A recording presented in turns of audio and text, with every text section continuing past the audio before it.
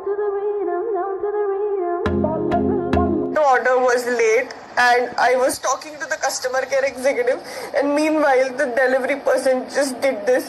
He hit me, left me bleeding here and ran off. Please share this video with everyone.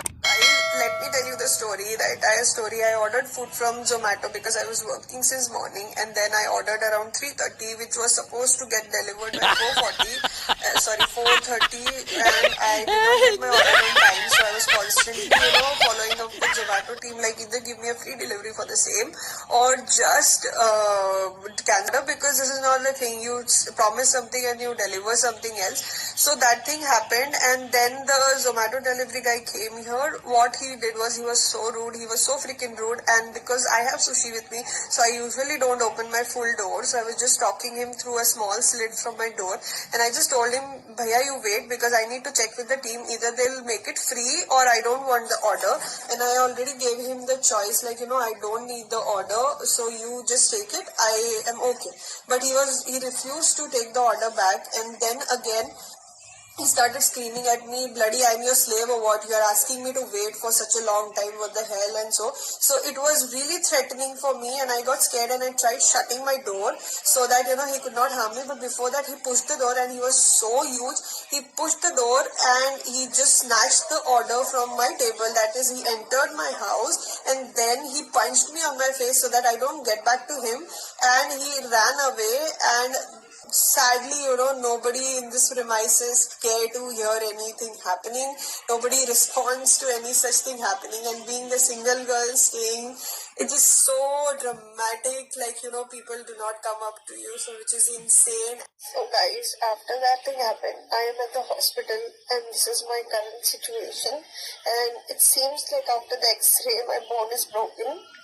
So we need to do a surgery for the same, and I can't talk because the moment I start talking, my eyes are starting watering and nose starts bleeding. So this is the update as of now. Also guys, so when I started this video, that snippet is after I visited the hospital, so I had put in just pictures where you can see how badly I am bleeding and what my condition is literally.